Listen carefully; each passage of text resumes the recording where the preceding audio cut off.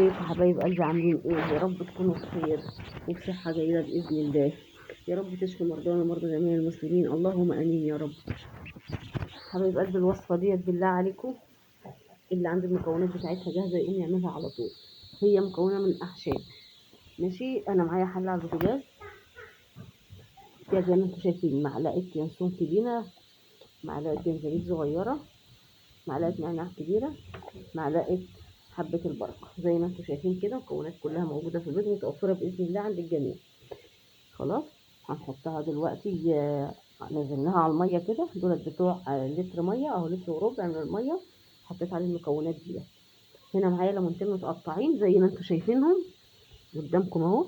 هننزل بيهم برضو على الأعشاب بتاعتنا بالمية. المهم نصلي على النبي كده. واللي مشتركش في القناة يشترك. والله يا جماعة الفيديو ده ضروري ان انتوا تتفرجوا عليه.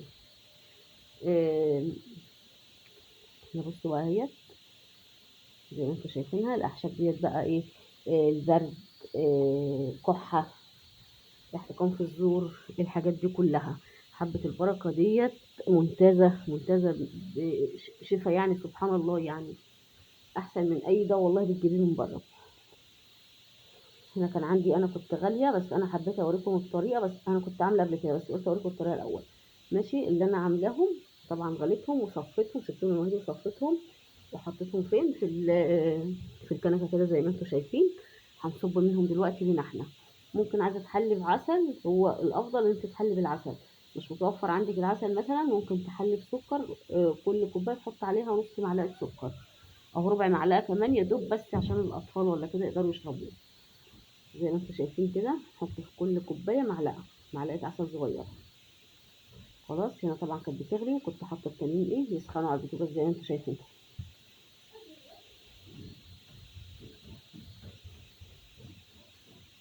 هنا بقى بصوا الليمون، وبصوا والله المستعان. يعني عايزه تعصري الليمون ماشي، عايزه تحطي له القشر بتاعه ماشي، اللي يريحك. ده مفيد وده مفيد برضه.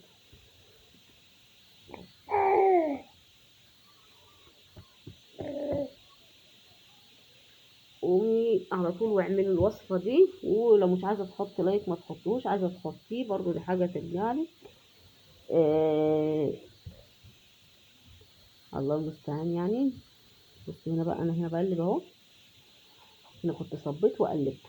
هو ده اللون اللي احنا هنرجع له في الاخر. هو ده اللون الاخير للاعشاب بتاعتنا. سهله جدا. هنعيد لكم الاعشاب تاني. معلقه ينسون كبيره، معلقه جنزبيل صغيره، معلقه نعناع كبيره، معلقه حبه البركه كبيره، ليمونتين متقطعين ومحطوطين عليهم رتل ميه، وتغلب كل ده على بعضه. تصفيه كويس وتحلي بالعسل وتشربيه. هنا حطيت عودين.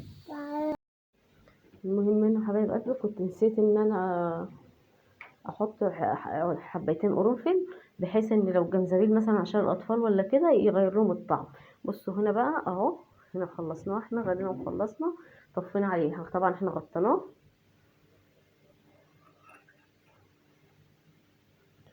يا رب الفيديو يعجبكم حبايب قلبي. استودعكم الله الذي لا يضيع ودائعته، واللي يعمل الوصفه دي بالف هنا وشفا.